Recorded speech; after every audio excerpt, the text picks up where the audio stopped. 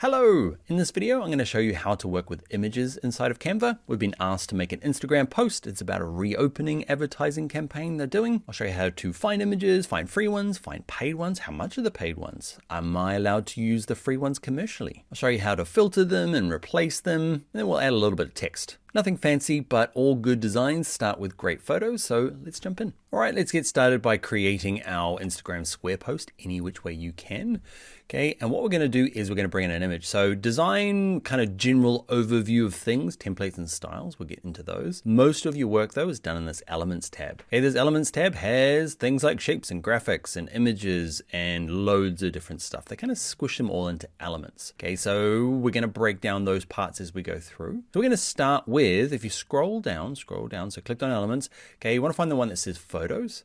Okay, and we're going to go see all. And kind of just like, all right, gets us into photos. Now, in terms of the photos, you're allowed to use these commercially. Okay, they've gone through and checked them for you, or they've come from places, even though they might be free, they do have the licensing to use them. Canva has filtered them so that, you know, you're not getting ones that you're gonna get in trouble for. If you really wanna check, okay, let's first of all, I'm gonna type up the top here in search. I'm gonna go camping, okay, because that's kind of my company. You type in yours, and let's find an image. I'm gonna find this one here. I'm gonna go to the little dots, and if you go to here, okay, the little eyeball, it says licensing made simple, what's allowed, and it kind of tells you what's allowed, what's not. And in my case, for my company, I'm allowed to use it for, commercial uses. That's perfect. The things I can't use it for, I can't group these images and try and resell them. I can't use them in something that I want to also trademark. So that's not what I want to do. I want to create marketing material, all commercially viable, good for school. Okay, so that's one way to check. The other thing you need to check for images is this pro versus not pro. Okay, so when you've got the free account, okay, you can use these images, but you pay for them. Let me switch to I've got a free account. You wait there. All right, so this is my other account. Weirdly, it's using the old layout. So things change all the time. You can still get by. Can you see it's quite different? It's dark, okay, but elements are still there. It works the same sort of way. So again, elements, if I go down to photos and go see all, because I'm using the free account and I type in camping, the difference is that in the paid version, I can use all these, whereas the free version, I need to stick to the ones that don't have the crown on it. Okay, so I can add these, no problem. The ones that do have the crowns on them, so I do want to use this one here. Oh, got to drag it on the page. I can use it, but you can see it has a watermark. Okay, so I can't really use it. I could use it to go to the client and say, hey, I'm thinking about using this image. And they'll say, okay, I really like that one image. Get rid of the watermark. You can see I can remove watermark and it's going to give me a price to do it. They want me to sign up for premium. Okay, the pro version. It might be the reason to go over,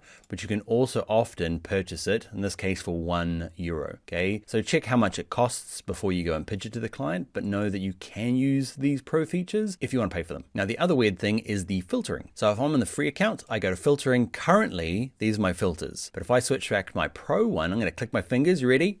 All right, I'm back in my account that I paid for. I got two of them running. Watch this, I'm going to filters here and I can filter by free and pro. They took it away from the free version, which is sneaky. But that's the way it is. Okay, so now I can go through and filter by free and pro, only if I'm on the pro version. It would be really handy to do it in the free version, right? That's part of the hassle of being on the free version is you got to kind of like scroll, find a really good one. It's a pro version. All right, that's a free one. Now, everyone's got their own budgets, so sometimes you have to do free and that's just the way it is. But I also respect that these photographers, okay, they're always better.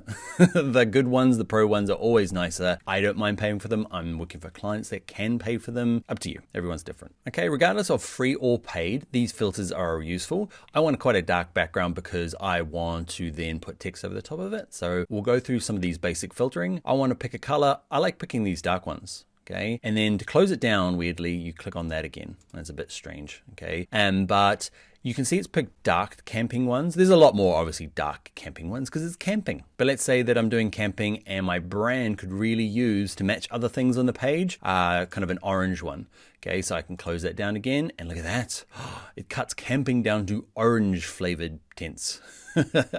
Okay, so that's useful. I use the dark one quite often. You can see through here, okay, square, vertical, horizontal, depending on the format. Ours is square, but we can cut it to a square, so I'm not too worried about that. You can get very specific on the color that you want. Okay, you can click on this one and say, I really need this shade of blue here. You drag the slider along, apply it, and it's going to give me images that kind of fit that. Okay, it's quite specific.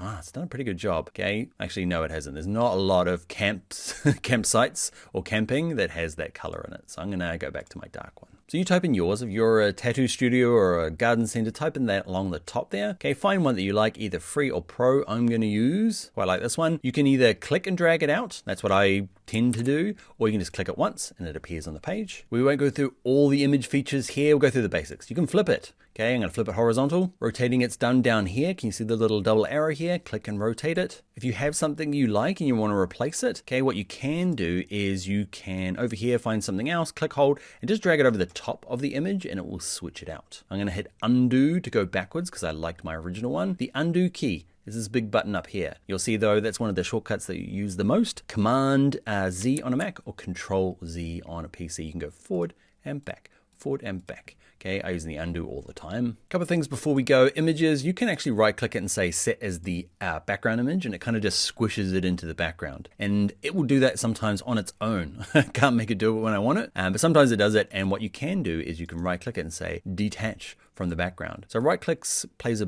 pretty important part in Canva. You can right click a lot of things and it gives you all the options you need. One of the other things I want to introduce here, slow down Dan, all right, is this. If I select on this, you'll notice you have this. It's contextual taskbar. Okay, what it means is if I have an image selected, it gives me imagey stuff like the transparency of the image. Do I want to flip it? Do I want to crop it? Do I want a border around the outside of it? Okay, border. Let's go nice big thick border. So that will change. If I've got text selected, it'll give me text things.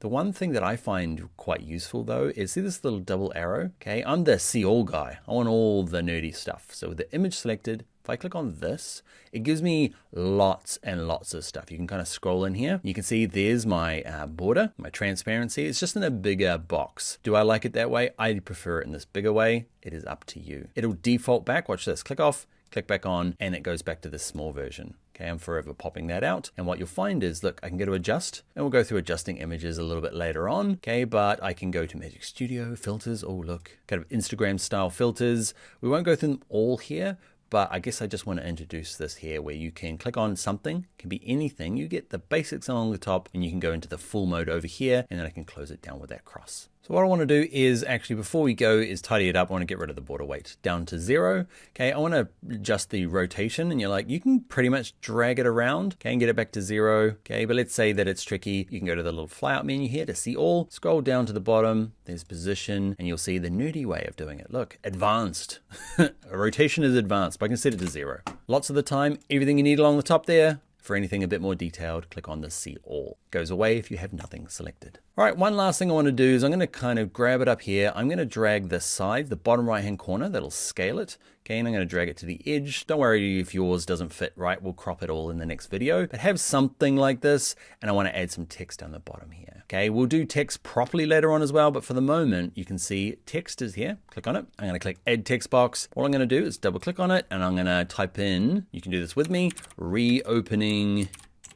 Just want a big bit of text. Reopening. Let's move it by grabbing this little crosshairs down the bottom here. It's white on a white background, which isn't good. I am going to, can you see at the top here? When we had the image selected, we had imagey stuff. When I have the text selected, wherever that is, okay, it is texty stuff. Okay, and I'm gonna click on this A here. You can hover above them, they'll tell you what they do. Okay, let's go to text color and pick anything from your solid colors. I don't mind what color it is right now. We'll do colors properly later on as well, how to pick really good ones for a brand. For the moment, pick something that you can see against the background. I'm gonna make mine bold. I'm gonna make it bigger. You can use the little plus here to make text bigger. It's loads easier just to grab the side like we did the image, the bottom right hand corner, and just drag it up. Okay, and go reopening.